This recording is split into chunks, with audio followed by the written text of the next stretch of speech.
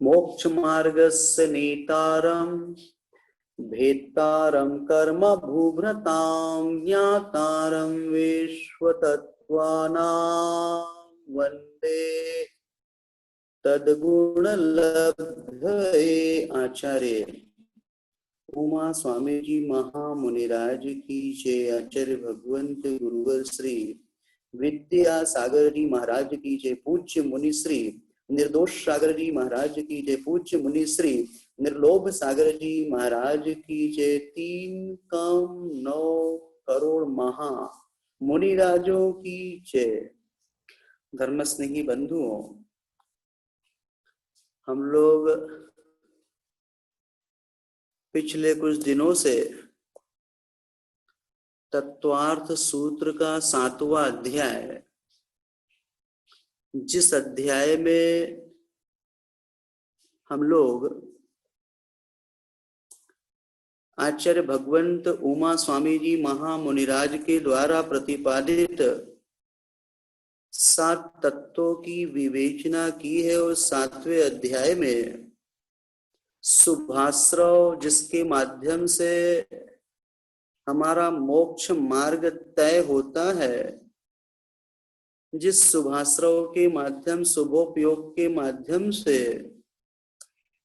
हम शुद्धोपयोग को उपलब्ध होने के लिए अपनी पूर्व तैयारी करते हैं, जिस पूर्व तैयारी का नाम गृहस्थाश्रम में अनुव्रतों का पालन करना देश संयम की उपलब्धि है, ऐसे एक देश संयम को उपलब्ध करके हम भविष्य में या आने वाली पर्याय में उस शुद्धोपयोग की आधारशिला रख सकते हैं, बना सकते हैं। तदनुरूप प्रयास जो करते हैं उन्हीं की वास्तव में मनुष्य पर्याय सार्थक है।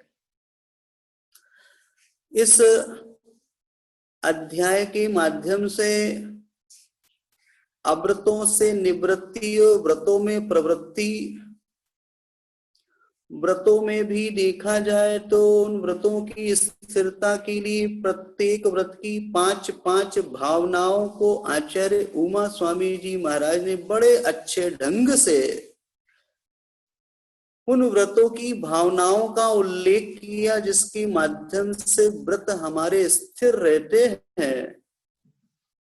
जगत और काय करने से संवेग और वैराग्य की प्राप्ति होती है। साथ में हिंसादि जो अव्रत है उसके माध्यम से इस लोक और परलोक में हमारी दुर्गति होती है। सत्वेषु मैत्रीम अर्थात 4 प्रकार के जीवों के प्रति हमारी किस प्रकार की भावना होनी चाहिए, इसकी भी चर्चा भावनाधिकार में अपन पढ़ चुके। ऐसे यह 7वां अध्याय, जिसमें क्रम से आगे 5 अणुव्रतों का व्याख्यान, 3 गुण व्रतों का व्याख्यान और 4 शिक्षा व्रतों में सबसे आद्य शिक्षा व्रत, जिसका नाम सामायिक समता सहिष्णुता जिसे हम कहते हैं, ऐसा वो सामायिक शिक्षा व्रत को पालन करने वाला गृहस्थ एक देश संयमी सामायिक के काल में किस प्रकार से अपने आप को तैयार करके सामायिक के किन किन पहलुओं को अपने मनो मस्तिष्क में रख करके निर्दोष सामायिक को उपलब्ध होता है, ऐसे उस सामायिक के संदर्भ में अपन पिछले कुछ दिनों से लगभग 2 या 3 दिन एकत्व भावना की ऊपर एकत्वानुप्रेक्षा में किस प्रकार उस एकत्व का हमें चिंतन करना चाहिए, उसकी अपनी चर्चा लगभग 2 या 3 बैठक सामायिक में हुई हमारी। फिर उसके उपरांत लगभग 3 या 4 बैठक हमारी अनित्यानुप्रेक्षा के रूप में हुई कि किस प्रकार संसार की अनित्यता हुआ करती है। उसमें भिन्न भिन्न ऐसे चेतन अचेतन वस्तुओं के प्रति इस आत्मा का कितना राग हुआ करता है, उसकी चर्चा और उससे विरक्त होकर के उस वस्तु की वास्तविकता का परिचय किस प्रकार से होना चाहिए, उसकी चर्चा अपनी यहाँ पर अनित्यानुप्रेक्षा में हुई। फिर पूर्व का दिन जो कल था, कल अपन ने ज्ञानी आत्मा किस प्रकार से चिंतन करती है आत्मा का, उसके विषय में कल अपना पूरा एक बैठक जो थी 50 मिनट लगभग, कल सामयिक अपन ने की थी। आज उसी सामयिक को एक थोड़ा सा क्रम बदल करके, सामयिक ही है लेकिन उसमें थोड़ा सा परिवर्तन किया जा रहा है। शरीर और आत्मा जो हमारे साथ अनादि काल से, इस आत्मा के साथ जो शरीर लगा हुआ है, आज उस आत्मा और शरीर के संवाद दोनों की आपस में क्या चर्चा हो रही है, हम उसको इस सामयिक के माध्यम से समझेंगे। प्रत्येक व्यक्ति, जिसके पास, हर व्यक्ति जो आत्मा से आत्मावान अर्थात जीवात्मा है और संसार दशा में है, तो शरीर भी उसके पास में है। सबसे अधिक निकट में यदि कोई आत्मा का यदि पड़ोसी है, तो आत्मा का सबसे निकटस्थ पड़ोसी यदि कोई है, वो है शरीर। जिस शरीर के माध्यम से ये संसार चलता है और इसी शरीर के माध्यम से इस संसार का उच्छेद भी होता है। आज हम उस सामयिक के काल में, सामयिक की जो पूर्व में आपको विधि बताई है कि हम शुद्ध वस्त्रों के साथ व्यवस्थित उस आसन पर बैठ जावे, अपना आसन भी आपका पद्मासन, अर्ध पद्मासन, सुखासन हो, ऐसे एकांत आदि स्थान पर बैठे निर्व्याक्षेप, जहां पर किसी भी प्रकार के ऐसे मच्छर डांस आदि का प्रकोप न हो, ऐसे उपयुक्त स्थान पर जहां पर व्यवस्थित हवा का आवागमन हो रहा हो, जहां बैठ करके आपको किसी भी प्रकार की कोई भी श्वासोच्छ्वास संबंधी बाधा उत्पन्न न हो,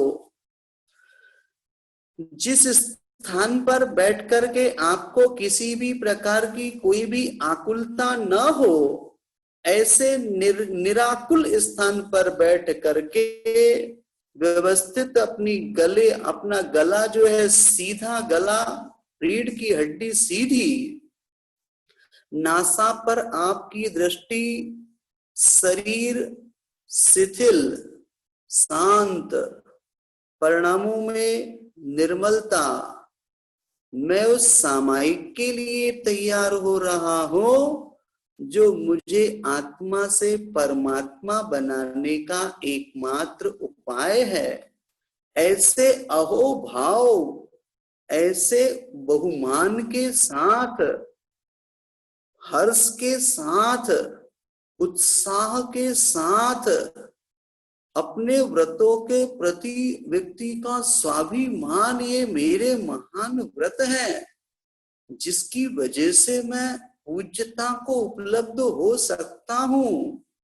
ऐसे उस बहुमान के साथ जब हम बैठते हैं तो चारों ही दिशा में पूर्व से शुरू करेंगे और पूर्व में शुरू करके 9 बार नमोकार मंत्र पढ़ने के बाद फिर हम यहाँ पर पूर्व दिग्विधि गंत्रे केवली जिन सिद्ध साधु गण देवाहा, ये सर्वर रिद्ध समृद्धा योगी गणास्तान हम वंदे।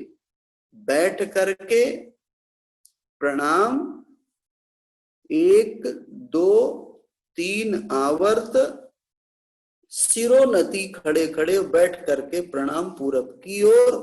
ये आपकी पूरब की ओर की एक आपका कार्य संपन्न हुआ।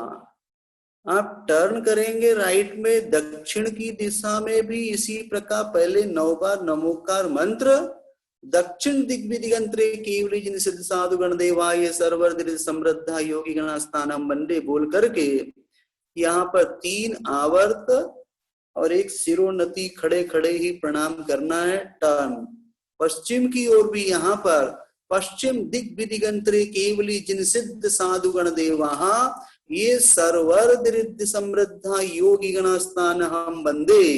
ये पश्चिम की ओर भी आपने यहाँ पर आवर्त किया और आवर्त करके खड़े खड़े ही सिरोन्नति से आपने नमस्कार किया। उत्तर की ओर मुख करके अब यहाँ पर आप पुनः 9 बार नमोकार मंत्र और उत्तर दिग्विदिगंतरे उत्तर दिशा और बी दिशा में विराजमान केवली जिन सिद्ध साधु गण जितने भी केवली जिन साधु गण हैं या सर्वर्धि ऐसे सर्व रिद्धि संपन्न योगी गणा ऐसे समस्त रिद्धियों से संपन्न जो योगी गण है तान उनको अहम मैं क्या करता हूँ कहते मैं उनको नमस्कार करता हूँ। स्थान हम वंदे मैं उनका वंदन करता हूँ। अब यहाँ पे पुनः 3 आवर्त खड़े होकर के सिरोन्नति और बैठ करके यहाँ पर प्रणाम निवेदित करते हैं। पूरब और उत्तर 2 दिशाओं में बैठ करके 2 प्रणाम,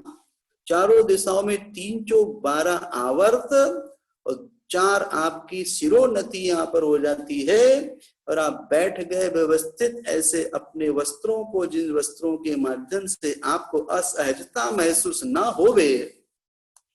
और साथ में सामायिक के काल में मैं सारे के सारे अपने विषय कसायों को विराम देता हूँ। आना जाना हे भगवान इस सामायिक के काल में आना जाना खाना पीना विषय कसाय आरंभ परिग्रह का मैं त्याग करता हूँ। ये अपन हिंदी में बोल करके इस प्रकार से संकल्पबद्ध मौन पूर्वक में आत्मा और शरीर के संवाद के लिए अपनी आत्मा अपनी मानसिकता को तैयार करता हूँ। अब ऐसे भाव के साथ आप बैठ चुके हैं।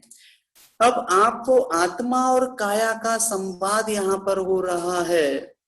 आत्मा कहती है चिंतन करना है आपको और ये सोचना है कि आत्मा कहती है काया से। कौन कह रही है? आत्मा। किससे कह रही है?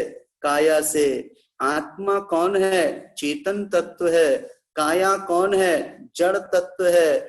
चेतन और जड़ का कोई संबंध नहीं है, किंतु संसार दशा में आत्मा के ऐसे अनादिकालीन खोटे विकारी परिणामों की वजह से उसे पुनः पुनः वो काया रूपी ऐसा नोकर्म प्राप्त होता है जिस काया के साथ आत्मा रह रही है। लेकिन आत्मा रहते रहते अब एक दिन उस काया से कहती है, क्या कहती है काया से? तो आत्मा काया से कहती है तू किस पर इतराता है?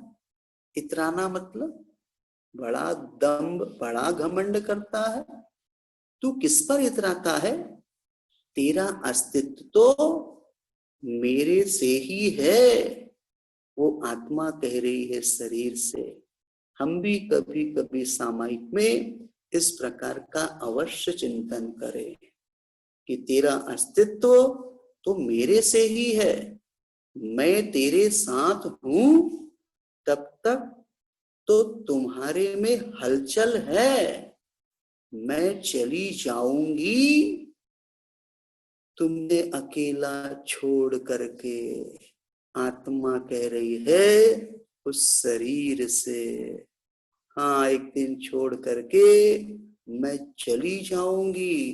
तू किस पर इतना इतराता है? तुम्हारा अस्तित्व तो मिट जाएगा।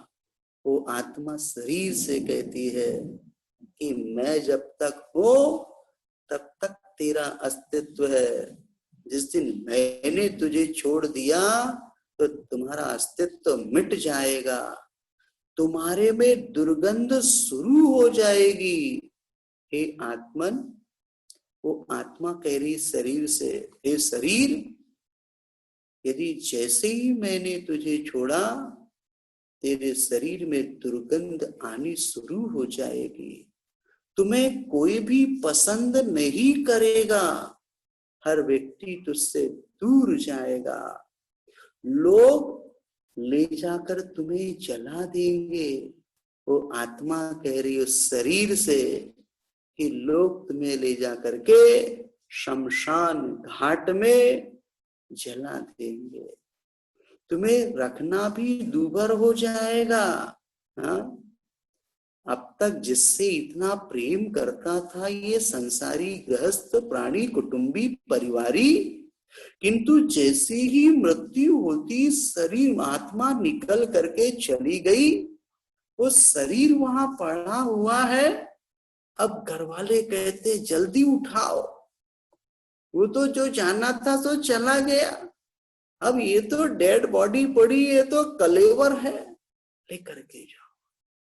कहते हैं तुम्हें रखना भी दूभर हो जाएगा, जल्दी उठाओ, उसमें अनंत जीव पढ़ने शुरू हो जाएंगे अंतर मुहूर्त के बाद में।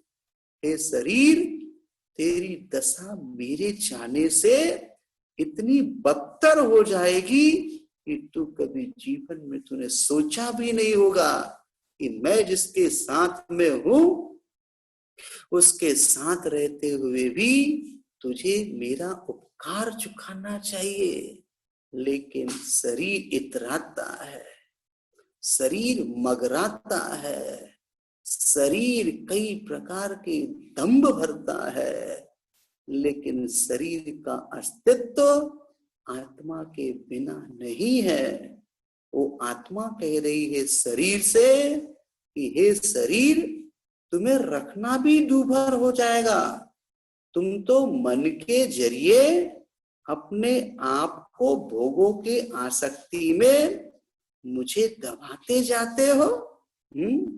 शरीर मन ही मन भोगों में रमता है, कभी कुछ मांगता कभी कुछ मांगता है और आत्मा को दबाते जाता है।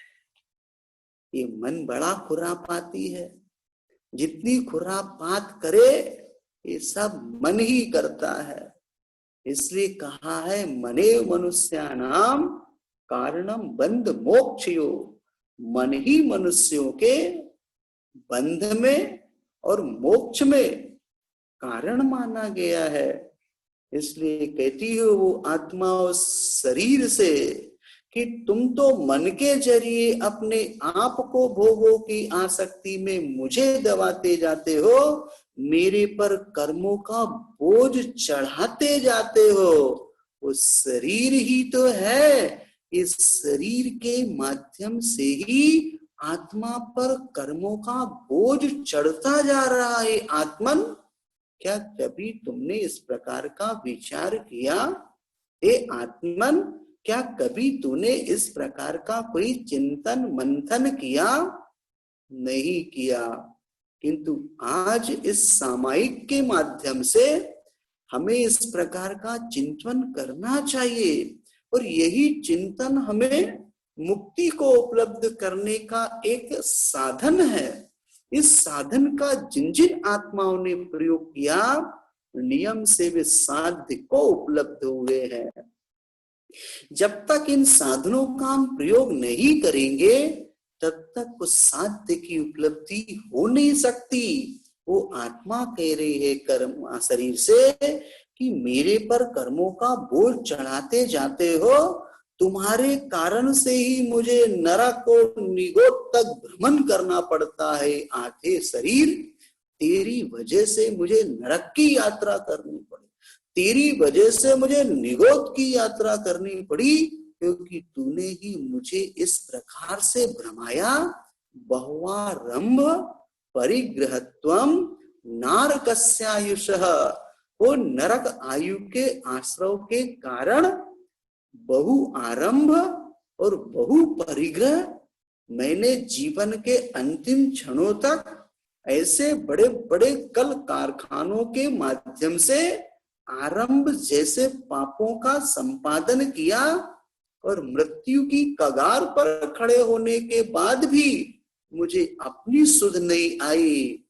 तेरी वजह से हे शरीर, तूने मुझे कहीं का नहीं छोड़ा, तेरी वजह से मुझे नरक की यात्रा करनी पड़ी, अधोगति में गमन करना पड़ा, और नरक के नीचे जो एक राजू प्रमाण कलकला नाम की पृथ्वी है, हे शरीर, मेरी आत्मा को तूने कितना बदतर बना दिया कि मैं तेरी वजह से नरक निगोद तक की मैंने यात्रा की।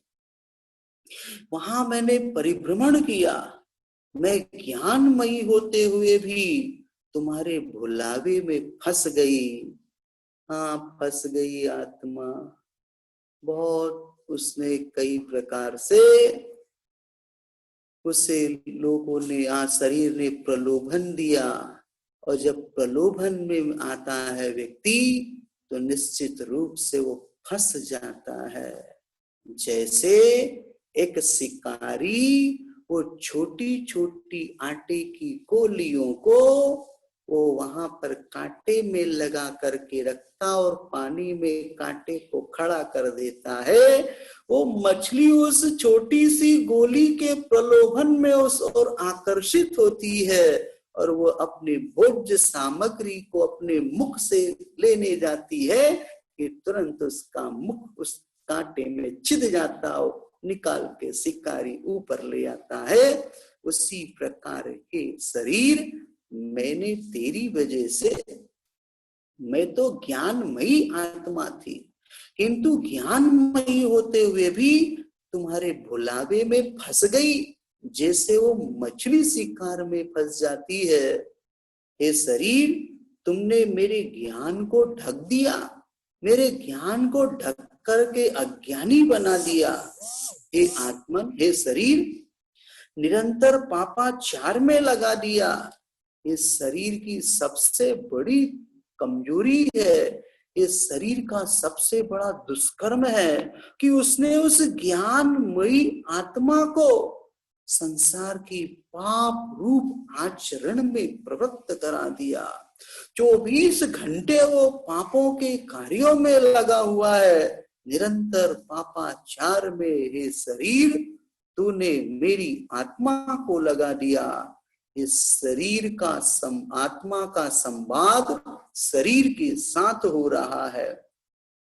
आत्मा बड़े ही दुखित भावों से इन सब बातों को कह रही है, क्योंकि आत्मा अनादि काल से ऐसे कर्म के बोझ तले थक गई है।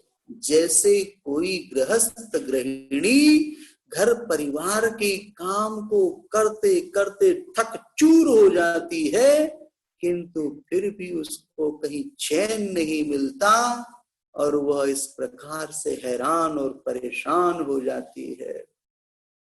उसी प्रकार आत्मा भी संसार की इन चतुर्गति संसार में परिभ्रमण करते करते इस शरीर की वजह से कहते हैं कि वह फंस गई। परिवार की मोह माया में मुझे फंसा दिया। किसने फंसाया? इस शरीर ने ही तो फंसाया। यदि शरीर नहीं होता तो कहाँ परिवार और कहाँ उस परिवार की मोह रूपी माया होती है। शरीर, तूने मुझे इस प्रकार से परिवार की मोह माया में फंसा दिया, तूने मुझे मैला बना दिया। ये शरीर वास्तव में देखा जाए तो मैं तो सभ्य शुद्धाहु शुद्ध नया, निश्चय न से तो आत्मा शुद्ध स्वरूप है, किंतु जब कर्म आवृत अवस्था होती है उस कर्म के सद्भाव में वो शुद्ध आत्मा भी अपनी वैभाविक परिणति की वजह से, ये शरीर तूने मुझे मैला बना दिया। एक बार मेरे अंदर प्रवेश कर कि मुझे स्वच्छ कर, फिर देख मैं तुझे 3 लोक का दर्शन करवाती हूँ। हे आत्मन, उस शरीर, वो आत्मा कह रही शरीर से,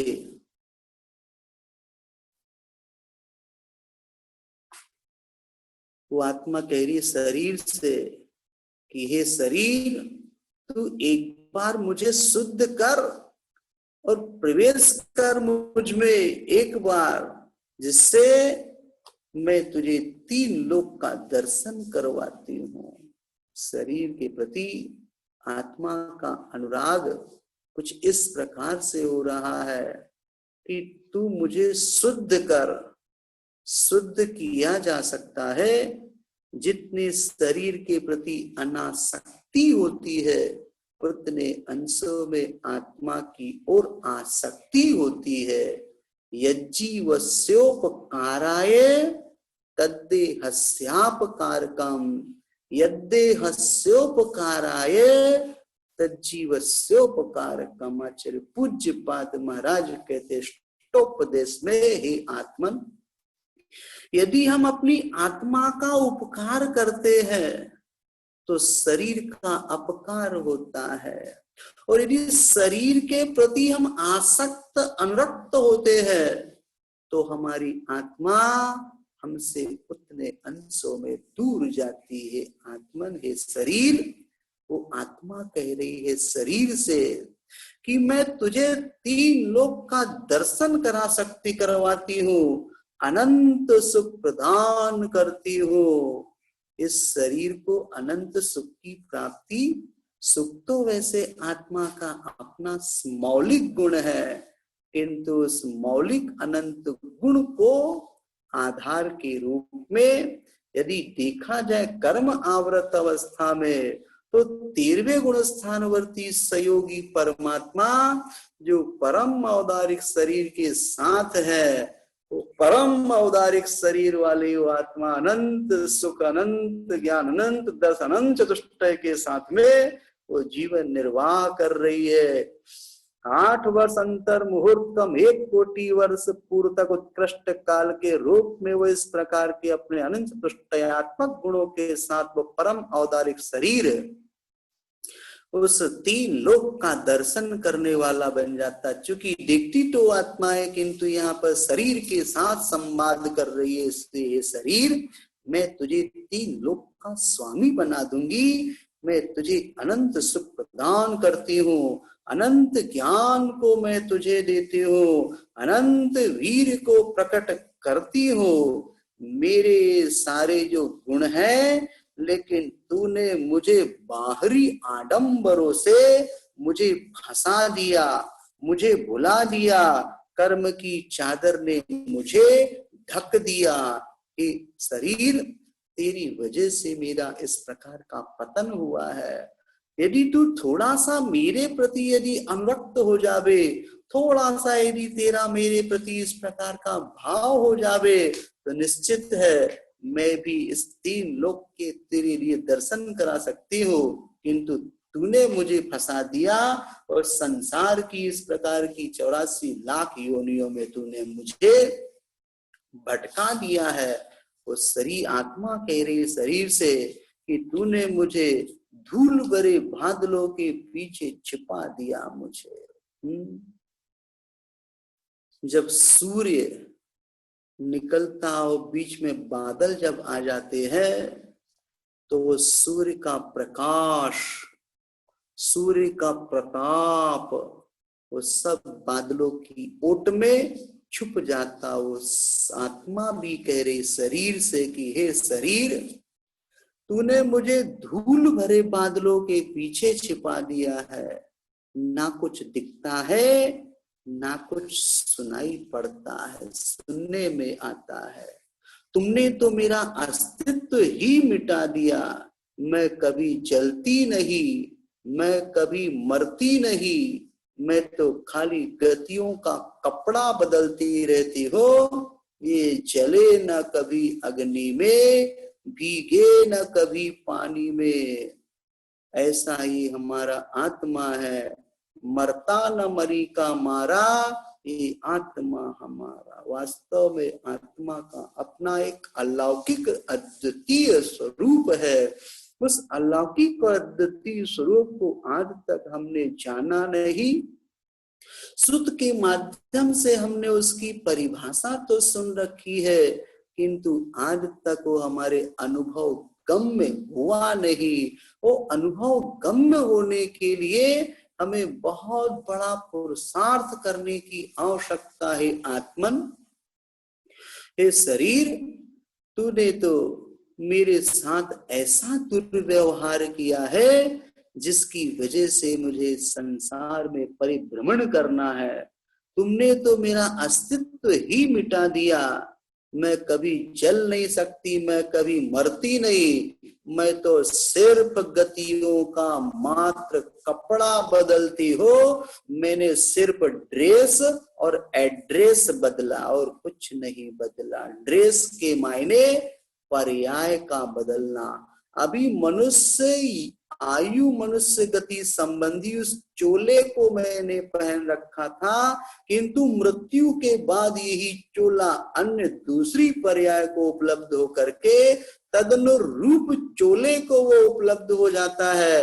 अर्थात ड्रेस चेंज हुआ और एड्रेस जिसका हम पता कहते हैं, अभी मध्य लोक में मैं हो, किंतु हो सकता मृत्यु के बाद मैं अधोलोक को पहुंच जाऊं अथवा ऊर्ध्व लोक को पहुंच जाऊं।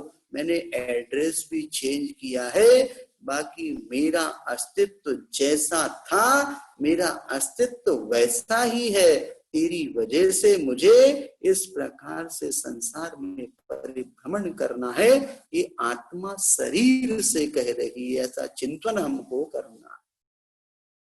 मैं तो सबसे भिन्न हूं, वो आत्मा कह रही है। मैं एक प्रकाश का पुंज हूं, आत्मा कहती शरीर से।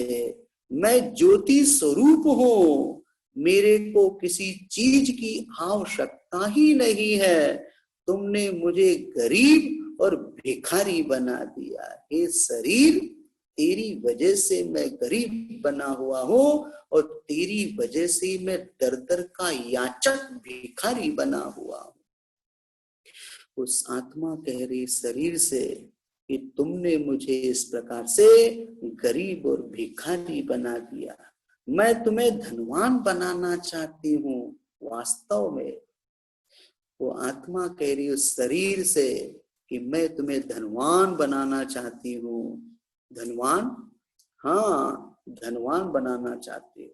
एक बार तुम अपनी चाह मिटा करके तो देखो, जो तुम्हारे अंतरंग में विषय कसाय और भोगों की चाह है, जिन विषय कसाय और भोगों के माध्यम से हम इस प्रकार संसार में मेरा परिभ्रमण हो रहा है, तो एक बार उसको मिटा करके तो देखो। जिसमें चाह है वही वास्तव में गरीब है। ये चाहना क्या है, ये अभिलाषा क्या है, ये याचक वृत्ति क्या है, यही हमारे दारिद्र पने को उद्घाटित करती है। शरीर देखा जाए तो पूज्य कौन है? जो त्यागी है वही वास्तव में पूज्यता की कोटि में आता है। जो संसार से वास्तव में विरक्त है, जो संसार को पर समझता है, आंख के सामने जितनी भी चीज है सब पर है, अन्य है, भिन्न है, अपनी नहीं है। ये सब बाहरी द्रव्य है, आंख से जो दिख रहा है, मात्र उपयोग के लिए है। इनका उपयोग कर लो, सदुपयोग कर लो तो आपके लिए लाभ ही लाभ है। और दुरुपयोग यदि करते हैं तो हम हानि ही हानि को उठाते हैं। उस आत्मा कह रही है कि उससे अपना मान बैठा, उसका उपयोग नहीं करके। किसको मान लिया हमने? मान लिया उसको हमने, इसलिए हम दुखी हो रहे हैं।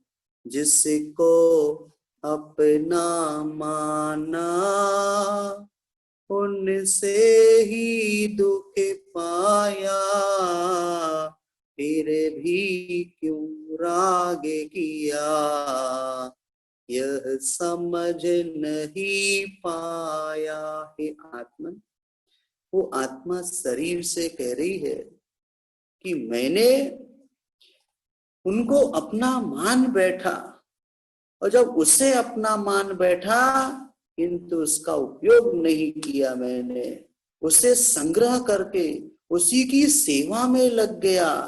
हाँ, धन पैसा प्रॉपर्टी उसका संग्रह किया, उसी की सेवा कर रहा है। जिस वस्त्र को तूने लाया बड़े चाव से खरीद कर, वो वस्त्र परिग्रह है, उस परिग्रह रूपी वस्त्र को लाया और परिग्रह रूपी वस्त्र की सेवा कर रहा है। कैसा है वह वस्त्र? उस वस्त्र पर बहुत अच्छी अच्छी डिजाइन बनी हुई है। तो उसमें कहीं फूल बने हैं, तो कहीं उसमें पत्तियां बनी हुई है, तो कहीं उसमें किसी प्रकार का और कोई दूसरा चित्र बना हुआ है। जिन चित्र को देख करके मन आकर्षित होता है और उसे देख करके मन अंदर ही अंदर हर्षित होता है, ऐसे परिग्रह को ला करके बड़े चाव के साथ अपने कपबोर्ड में ऐसे घड़ी करके फोल्ड करके रखता है। और रखने के बाद कहते हैं उसकी सेवा करता है। कैसी सेवा करता उसकी? उसमें कहीं किसी प्रकार का कोई जीव जंतु न लग जावे तो उसमें बड़ी बड़ी गोलियां रखता है। उसमें किसी प्रकार की दुर्गंधी ना आए, उसको उत्तम उत्तम ऐसे सुगंधित द्रव्य से उसमें सिंचन करता है और उसके देख देख करके मन में हर्षित होता है। ये नौकरी कर रहा है, उस जड़ तत्व की नौकरी, सेवा कर रहा है। उसको धोता है, पोंछता है, सुखाता है, प्रेस करता, घड़ी करके पुनः रखता है। ये सब नौकरी नहीं तो क्या, कौन कर रहा नौकरी? अरे हे शरीर, मैंने तुझे अपना मान करके इस प्रकार से मेरा इस संसार में परिभ्रमण हो रहा है। हे शरीर, तेरी वजह से मैंने सदुपयोग नहीं किया, जिसकी वजह से मुझे इस प्रकार से संग्रह मैंने किया और संग्रह करके उसकी सेवा में लग गया, दिन रात उसी की रक्षा में लग गया। कहीं चूहा ना खा जाए, कहीं किसी प्रकार का कोई और दूसरा कोई प्राणी उसको हाथ साफ ना कर देवे, इसलिए उसकी सुरक्षा में मैं हमेशा चाक चौबंद बना सावधान खड़ा रहा, दिन रात उसकी रक्षा में लग गया। 24 घंटा उसी की सेवा में लगकर मुझे भूल गया रे नादान। उस शरीर से कह रही है आत्मा कि हे नादान, तू अपने शरीर के लिए तूने वस्त्रों का चयन किया है। आत्मा तो कभी वस्त्र पहनती नहीं। आत्मा को न किसी प्रकार के वस्त्र की आवश्यकता है, न आत्मा को उसके धोने सुखाने की चिंता है। किंतु हे शरीर, तूने इस प्रकार का संग्रह किया और संग्रह करके 24 घंटे उसी परिग्रह की सेवा करने में लग गया और तू मुझे भूल गया रे नादान। आत्मा कह रही है, उस शरीर से कह रही है, दिशा विहीन कार्य में लग गया, ऐसे खोटे कार्य में लग गया, शुद्धोपयोग को दुरुपयोग में तूने लगा दिया। हे शरीर, कहाँ ये शरीर जो मिला था, यह तन पाए महातप कीजिए, या में सार यही है। इस शरीर को पाकर के शुद्धोपयोग की भूमिका में यदि लग जाता तो तूने तो शुद्धोपयोग को तूने उल्टा करके दुरुपयोग में लग गया। इस शरीर, तूने बहुत बड़ा धोखा किया है। आर्त और रौद्र ध्यान में मुझे फंसा दिया। वो आत्मा कह रही है शरीर से, 24 घंटे आर्त और रौद्र ध्यान बना रहता है और घर गृहस्थी के उस जंजाल में पड़ा हुआ ये शरीर, तूने मुझे इस प्रकार से आर्त रौद्र इष्ट वियोग अनिष्ट संयोग पीड़ा चिंतन निदान आदि जो आर्त ध्यान के भेद है, तूने तदमय तदगत तदमय मुझे कर दिया। उस मैं तूने मुझे कर दिया। हिंसानंदी, परिग्रहानंदी, मृषानंदी आदि आदि ऐसे चारों प्रकार के उन रौद्र ध्यानों में तूने मेरी परिणति को लगा दी। हे आत्मन, तूने मेरी सारी शक्ति को दबा दिया। तेरे इस प्रकार के दुरुपयोग के द्वारा और आर्त रौद्र ध्यान के माध्यम से मेरी जो अनंत चतुष्टयात्मक शक्ति थी वो तेरी वजह से दब गई है। ये चिंतन हमको सामायिक के समय करना है, जिस समय वो आत्मा शरीर से इस प्रकार संवाद कर रही, वार्ता कर रही है, बातचीत कर रही है। किंचित मांगों के पीछे तूने मुझे भुला दिया।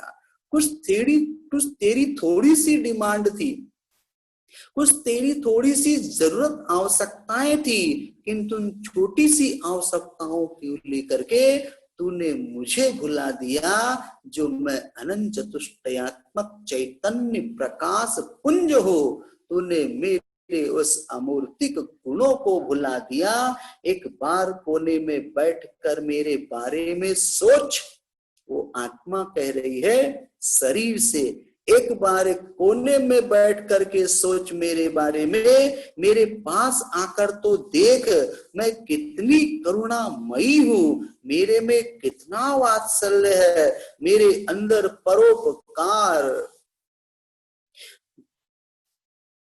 परिपूर्ण रूप से ऐसा भरा हुआ पड़ा है कि कहीं से भी, जैसे टमाटर में यदि कहीं पर भी सुई चुभ जाए तुरंत वहां से पिचकारी निकलती है। चाहे पूरब में सुई लगाओ, चाहे पश्चिम में लगाओ, चाहे उत्तर लगाओ, चाहे दक्षिण लगाओ, चाहे आग्नेय लगाओ, चाहे ईशान्य लगाओ, चाहे और भी नैऋत्य वायव्य लगाओ, चाहे और भी उनके अंतर दिशाओं में यदि आप सुई चुभोते हो, वहां से तुरंत रस की धार निकलती है।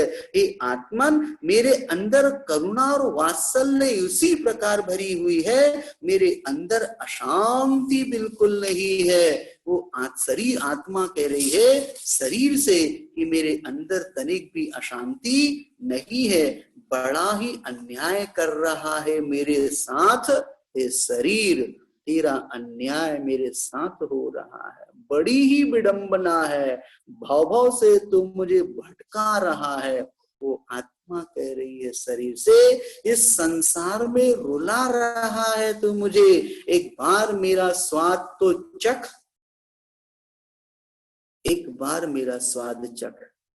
वो आत्मा कहती है शरीर से, फिर तू स्वयं ही सब कुछ भूल जाएगा। जब तक उस आत्मिक स्वाद को हमने नहीं चखा तब तक हमारे साथ ऐसी दशा, ऐसी दुर्दशा हो रही है। जब निरंतर असली स्वाद मिलने लगे तो नकली स्वाद में क्या भोगेगा, क्यों गतियों के कुछ स्वाद को अपनाएगा। जाग जा, अपने अस्तित्व को पहचान, क्यों भिखारी बना बैठा है। तेरे अंदर तीन लोक के नाथ बैठे हुए हैं, कहां कहां भटक रहा है। ये आत्मा कह रही है उस शरीर से कि तू कहां कहां नहीं भटका, तेरे अंदर तो साक्षात तीन लोक के भगवान बैठे हुए। एक बार दर्शन कर, ज्ञान, एक बार दर्शन, ज्ञान, चारित्र का आनंद तो उठा, रत्नत्रय का आनंद तो ले, एक बार संसार की उस नश्वरता को समझ, 12 भावनाओं को चिंतन तो कर। क्या ये संसार नित्य है? आज यहाँ कल कहाँ, तेरा कोई ठिकाना नहीं। हे आत्मन, हे शरीर, तू आज यहाँ और कल वहां। तुम मेरे में होकर के एक बार तुम मेरे अंदर आकर के तो देखो, मैं तुम्हें भगवान बना दूंगी। मेरे को स्वच्छ करके तो देखो, मैं तुम्हें तीनों लोकों के दर्शन को एक साथ करा दूंगी। यदि मुझको पहचान लिया, मैं ज्ञाता दृष्टा स्वरूप हुई हूँ, ज्ञान का अतुल भंडार हूँ। वो आत्मा कह रही शरीर से, मैं तुम्हें अवश्य भगवान बना दूंगी। मेरे से तुम में बोध है, मेरे से ही सोच है, तुमने गलत राह पकड़ी है। यदि आत्मा ना होवे तो शरीर किसी प्रकार से सोच भी नहीं सकता, बोध भी नहीं कर सकता। वो आत्मा ही है जो सब कुछ हमारे लिए बोध और सोच करा रही है। और तुमने गलत राह पकड़ रखी है शरीर, तूने रास्ता गलत अख्तियार कर रखा है उस गलत मार्ग को छोड़ तन और मन की सेवा में लग जाए। कहते हैं तन और मन की सेवा में लग गए, मैं तो शांत निराकुल चेतन हूँ। हे शरीर, मैं शांत हूँ, निराकुल हूँ, लेकिन अचेतन से शांति कहते हैं, लेकिन अचेतन से शांत पड़ी हुई हूँ। कर्माधीन बना दिया है मुझे तूने। हे शरीर, मेरे अंदर परिग्रह की आवश्यकता नहीं। ये तो क्रोध मान माया लोभ के जो विकार हैं, ये सारे के सारे जो विकार हैं, ये मुझे रुला, मुझे फंसा दिया है। इन विकारों ने मुझे समरंभ समारंभ आरंभ ये सारे के सारे कार्य करने पड़ते हैं। क्या मुझे करना था और क्या मैं अब कर रहा हूँ। मन से वचन से शुरू करके तूने मुझे गलत बना दिया। खुद किया, कराया, करने दिया, कृत कारित मोदन करके चारों कसायों का पालन किया और चारों के गुणों को इस प्रकार से मैंने 108 पापों का संग्रह करके सारी वीतरागता को नष्ट कर दिया। हे शरीर, तूने मेरे आत्मिक गुणों का घात किया। मेरे उस आत्मिक गुणों का घात करके तूने मेरे लिए संसार का आधार स्तंभ बना दिया।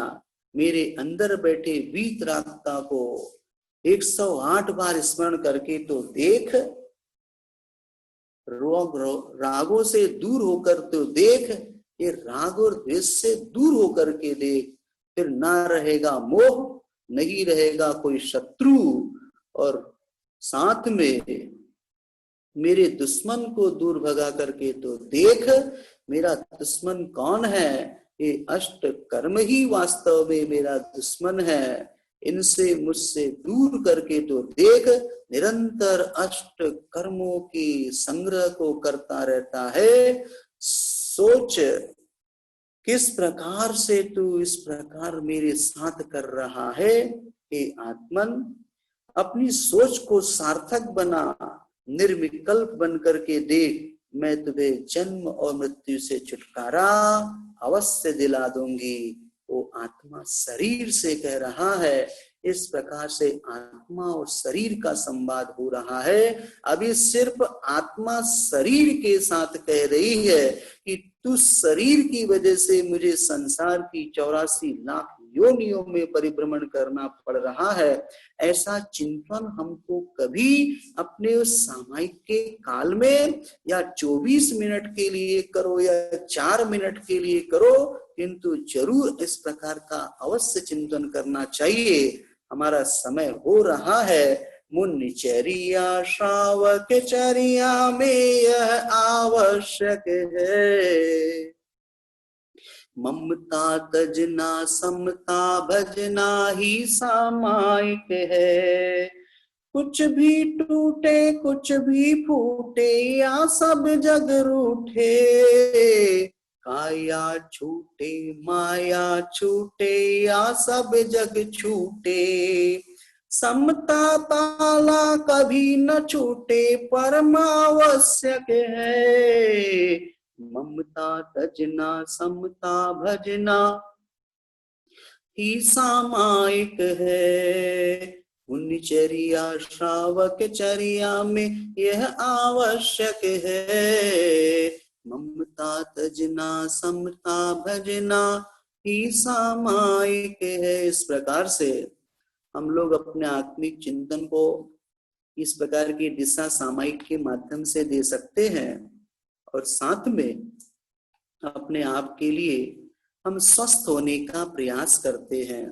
जितनी देर आप इस प्रकार का चिंतन करेंगे उतनी देर पाप से बच गए, उतनी देर आपकी असंख्यागुणी कर्मों की निर्जरा हो रही है। आप साथ में सातिशय पुण्य के भागीदार बनते जा रहे हैं। आपके शरीर की अस्वस्थता इस प्रकार के चिंतन से शांत होती है। आपकी मनोवृत्तियों में जो कई प्रकार के संकल्प विकल्पों का तूफान उठा हुआ है वो भी शांत होता है। ऐसा ही अलौकिक हमारे लिए उपक्रम है जिसे अपने दैनंदिन जीवन व्यवहार में हमें करने का प्रयास करना चाहिए। आज आप लोगों के लिए नमो अट्टांग निमित्ताणम, इस जाप को नमो अट्टांग महानिमित्ताणम, बहुत अच्छा, इस जाप को अपने को करना है। अभी ग्रुप में आपके पास आ जाएगी, सोने से पहले एक माला अवश्य फेरना। आचार्य भगवंत गुरुवर विद्यासागर जी महाराज के स्वास्थ्य लाभार्थ आप लोग जो रिद्धि मंत्र का जाप कर रहे हैं उसको शुद्धि के साथ करना है। मैं चाहता हूं कि यदि आप उसको ना करें, शुद्धि से नहीं कर रहे हैं तो उसको विराम देवे। एक आपके पास अभी ग्रुप में अभी आज पहले दिया हुआ है पार्श्वनाथ भगवान की स्तुति, जिस स्तुति को आपको करना है। नांद्रे से श्रीमती श्रीदेवी चौगले, उन्होंने अभी समाचार दिया कि मैंने इतनी माला फेरी और साथ में इतने बार इसका पाठ किया है। आप लोग भी उसको इस प्रकार से कर सकते हैं और करने के साथ आचार्य भगवंत के शास्त्र लाभार्थ प्रत्येक व्यक्ति इस प्रकार से उसका पाठ करे। पार्श्वनाथ भगवान की स्तुति है जिसे हम पढ़ते हैं, नरेंद्रम फणेन्द्रम सुरेंद्रम अधीसम, इसको आप प्रतिदिन करें 5, 7, 15, 21 जितने बार आपके पास समय मिले, छोटा सा ज्यादा बड़ा नहीं है, इसी को कीजिए। माला यदि आप नहीं कर पाते हैं शुद्धि के साथ कोई बात नहीं, किंतु इसको आपको अवश्य करना है। और साथ में प्रतिदिन की भांति आप यहाँ पर इस प्रकार से अटेंडेंस लगाएंगे। मैं अपने शब्दों को विराम देने के पूर्व जिनवाणी स्तुति के लिए, शास्त्र पठन में मेरे द्वारा यदि जो कहीं कहीं प्रमाद से कुछ अर्थ वाक्य पद मात्रा छूट गई, सरस्वती मेरी उस त्रुटि को कृपया क्षमा करे और मुझे कैवल्य धाम में माँ अविलंब धरे। वांछित फलदात्री चिंतामणि सदृश मात तेरा, वंदन करने वाले मुझको मिले पता मेरा। बोधि समाधि विशुद्धि भावना आत्म सिद्धि मुझको मिले और मैं पा जाऊं माँ मोक्ष महासुख को, मिले और मैं पा जाऊं माँ मोक्ष महासुख को। इस प्रकार से मैं अपने शब्दों को ही विराम देता हूँ। बोले आचार्य उमा स्वामी जी महामुनिराज की जय। सभी लोग 9 बार नमोकार मंत्र पढ़ करके अपनी निष्ठापना जिनवाणी की कर लेंगे।